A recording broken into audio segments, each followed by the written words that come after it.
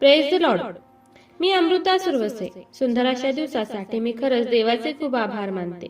Thank you Jesus, thank you for this day. And today I bring a great promise of Lord. Isaiah 40 verse 31. यशायाचा 40वा अध्याय 31वा वचन आज आपण पाहणार आहोत. तरी परमेश्वराची आशा धरून राहणारे नवीन शक्ती संपादन करतील. ते गरुडाप्रमाणे पंखांनी वर उंच उडतील. ते धावतील पण दमणार नाहीत, चालतील पण थकणार नाहीत. Hallelujah. Really what a great promise of Lord. खरं देवाचं वचन खूप सुंदर आहे. देवाचं वचन हे खूप प्रिशियस आहे. देवाचं वचन हे खूप डीप आहे. देवाच्या मुखातून निघालेल्या शब्दात म्हणजेच बायबलमधील वचनात आपलं संपूर्ण लाईफ चेंज करण्याची एक पॉवर आहे, एक शक्ती आहे. पण त्या वचनावर आपला विश्वास हवा, एक स्ट्रॉंग फेथ हवा. तेव्हा देवाचं प्रॉमिस, त्याचं वचन आपल्या लाईफमध्ये ऍक्टिव्हेट होतं, वर्क करण्यास सुरुवात करतं. पण हे वचन ऍक्टिव्हेट करण्यासाठी फेथ खूप इम्पॉर्टंट आहे. विश्वास, फेथ हा एका की प्रमाणे आहे, एका चावीप्रमाणे आहे. तो एका चावीप्रमाणे काम करतो. जोपर्यंत आपण विश्वासाची चावी फिरवत नाही तोपर्यंत देवाचं वचन आपल्या लाईफमध्ये ऍक्टिव्हेट होत नाही, ते वर्क करत नाही. म्हणून बायबलमध्ये विश्वास हा खूप इम्पॉर्टंट आहे. आणि विश्वासासोबत आशा ही खूप महत्वाची आहे, खूप इम्पॉर्टंट आहे. ज्यावेळेस आपण एखाद्या गोष्टीसाठी आशा धरतो, देवाची वाट पाहतो, अतिविश्वासाने देवाची वाट पाहतो, खूप विश्वासाने खूप आशेने देवाकडे पाहतो, तेव्हाच देवाचं वर्क आपल्या लाईफमध्ये चालू होतं. तेव्हाच देव आपल्या लाईफमध्ये कार्य करतो. म्हणून देवाचं वचन सांगते की तरी परमेश्वराची आशा धरून राहणारे नवीन शक्ती संपादन करतील. ते गरुडाप्रमाणे पंखाने वर उंच उडतील. आज आपण एक खूप महत्वाचं टॉपिक पाहणार आहोत. देवाने आशा धरणाऱ्याला गरुडाचीच उपमा का दिली आहे? देवाने बायबलमध्ये गरुडाचं नाव का मेन्शन केलं आहे? ज्याप्रमाणे सिंहाला जंगलाचा राजा म्हणतात, त्याचप्रमाणे गरुडाला पक्ष्यांचा राजा, आकाशाचा राजा असे म्हणतात. गरुड हे स्वातंत्र्य, सामर्थ्य, चिकाटी याचे प्रतिनिधित्व करतं, म्हणजेच रिप्रेझेंट करतं, दर्शवतं. गरुड हे आकाशात वाऱ्याच्या विरुद्ध, प्रवाहाच्या विरुद्ध जाऊन उडतं. ते आकाशात वर उंच ढगांच्या वर जाऊन उडतं आणि देवाने त्याची नजर खूप तीक्ष्ण बनवली आहे. गरुड हे खूप उंचावरून आपल्या शिकारीवर लक्ष ठेवून असतं. खरंच त्याचा ॲटिट्यूड हा वेगळाच असतो. देवाने त्याच्या पंखामध्ये, त्याच्या चोचीमध्ये, त्याच्या पंजामध्ये एक वेगळं सामर्थ्य, एक वेगळीच पॉवर दिली आहे. गरुड हे आपल्यापेक्षा वजनाने अधिक असलेल्या प्राण्यांची, जनावरांची शिकार करतं. म्हणूनच त्याला आकाशाचा राजा, पक्ष्यांचा राजा असे म्हणतात.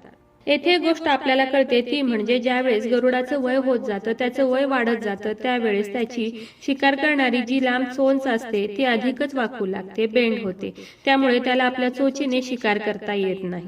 त्याच्या पायाच्या पंजांची जी नखे असतात ती अधिकच वाढू लागतात, अधिकच लांब होतात. त्यामुळे ती बेंड होतात, ती वाकू लागतात. त्यामुळे गरुड पक्षी आपल्या पंजांनी ती शिकार पकडू शकत नाही आणि त्याचं वय होईल तसं त्याची पंख त्याच्या शरीराला चिटकून जातात. त्यामुळे गरुडाला पंखाने उडणं खूप अवघड होतं.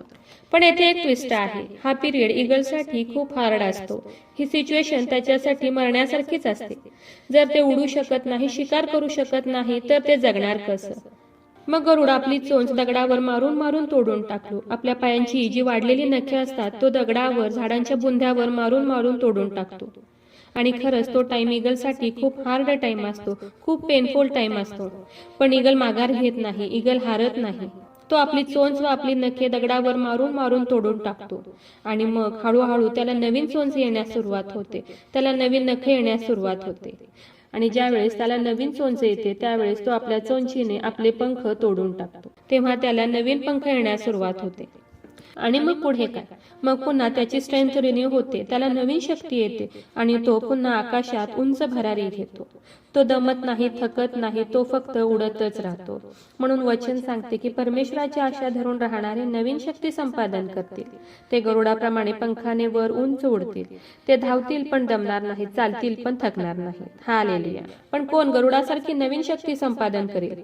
जे त्याची आशा धरून राहतात ते, जे त्याची धीराने वाट पाहतात ते, जे त्याच्यावर विश्वास ठेवतात ते, जे धीराने देव मला उत्तर देईल ह्या आशेने जगत आहेत, त्यांची देवशक्ती नवीन करेल. ते गरुडाप्रमाणे पंखाने वर उंच उडतील. ते धावतील पण दमणार नाही, चालतील पण थकणार नाही. हालेलुया. म्हणून सिच्युएशन पाहून घाबरू नका, भिवू नका, कठीण परिस्थिती पाहून घाबरू नका, तर विश्वासाने त्याच्या दयेची वाट बघा, त्याची आशा सोडू नका. जर तुम्ही देवाची आशा धरून राहाल तर देव तुम्हाला गरुडाप्रमाणे बनवेल, देव तुम्हाला गरुडाप्रमाणे उंच करेल, देव तुम्हाला गरुडाप्रमाणे नवीन शक्ती देईल, नवीन जीवन देईल, नवीन ताकद देईल. तो तुमच्या पंखांमध्ये बळ देईल आणि तुम्ही गरुडाप्रमाणे पुन्हा एकदा वर उंच उडाल. म्हणून भिवू नका, घाबरू नका, फक्त त्याची आशा धरून राहा. त्याची आशा धरणारा कधीही लज्जित आणि फजित होत नाही. म्हणून तुम्ही आज आपल्या मुखाने कन्फेस करा की परमेश्वराची आशा धरून राहणारे नवीन शक्ती संपादन करतील. ते आकाशात पंखाने गरुडाप्रमाणे वर उंच उडतील आणि खरंच देव तुम्हाला खूप खूप उंच करेल. फक्त तुम्ही आशा सोडू नका आणि विश्वासाने फक्त त्याचीच वाट पहा. देव नक्कीच तुम्हाला उत्तर देईल. देव नक्कीच तुम्हाला तुमच्या प्रार्थनेचं, तुमच्या पेशन्सचं, तुमच्या वाट बघण्याचं उत्तर देईल. तर चला देवाच्या वचनावर विश्वास ठेवूया, त्याच्या वचनाला क्लेम करूया. देव नक्कीच तुम्हाला खूप खूप आशीर्वादित करेल. आज खूप लोकांना देवाच्या ह्या जिवंत वचनाची गरज आहे. हे वचन खूप जणांपर्यंत तुम्ही शेअर करा. देव तुम्हाला खूप खूप आशीर्वादित करो. शाल वी प्रे? हालेलुया. स्तुतीस पात्र, स्तुतीस योग्य देवा, धन्यवाद देते. हात उंच करून तुझी स्तुती, तुझा गौरव करते ईश्वराच्या. तुझ्या नावाला मान, महिमा, गौरव आता आणि सदा सर्व काळात सुदे ईश्वराच्या. सुंदर अशा दिवसासाठी मी मनापासून तुझे आभार मानते ईश्वराच्या. सुंदर असं वचन, सुंदर असं गोड असं वचन देव बाप्पा तू आज आम्हाला दिले, उपकार मानते ईश्वर. हो देव बाप्पा, तुझं वचन सांगतं प्रभू ईश्वरा, जी माझी आशा धरतात ते गरुडाप्रमाणे पंखाने वर उंच उडतील. हो देव बाप्पा, खरंच खूप सुंदर असं वचन देव बाप्पा तू आज आम्हाला दिले, उपकार मानते ईश्वराच्या. हो देव बाप्पा, जेवढ्या तुझाचं हे वचन ऐकले प्रभू शप्पा, तुझ्या वचनावर विश्वास ठेवलाय, तुझ्या वचनाला क्लेम करत आहेत प्रभू शप्पा, त्या प्रत्येकाला तू आज आशीर्वादित कर प्रभू शप्पा. जे तुझी वाट पाहत आहेत प्रभू शप्पा, त्या प्रत्येकाची देव बाप्पा तू प्रार्थना ऐक प्रभू शप्पा आणि असताना तू गरुडाप्रमाणे उंच कर प्रभू शप्पा. हो देव बाप्पा, त्यांची स्ट्रेंथ तू रिन्यू कर प्रभू शप्पा. हो देव बाप्पा, त्यांची आशा प्रभू शप्पा कधीही तुटू देऊ नको देव बाप्पा, तर त्यांची आशा तू आज पूर्ण कर प्रभू शप्पा. माझा विश्वास आहे ईश्वराच्या, तू माझी प्रार्थना ऐकलेली. आग्रहाची विनंती करत आहे प्रभू ईश्वर, जेवढे प्रेयर रिक्वेस्ट आलेत मी विश्वासाने तुझ्या हातात देत आहे. प्रत्येकाची गरज ना श्री येशू तू तुझ्या नावात आज पूर्ण कर. माझा विश्वास आहे ईश्वराच्या, तू माझी प्रार्थना ऐकलेली. आग्रहाची विनंती करत आहे प्रभू ईश्वर, जेवढे लोक आजारी आहेत, त्रासात आहेत, संकटात आहेत प्रभू ईश्वर, हॉस्पिटलमध्ये आहेत देव बाप्पा, त्या प्रत्येकांना तू स्पर्श कर आणि बरं कर प्रभू ईश्वर. हो देव बाप्पा, माझा विश्वास आहे ईश्वराच्या, तू माझी प्रार्थना ऐकलेली आहे. आय प्रे in the name of Jesus. Amen.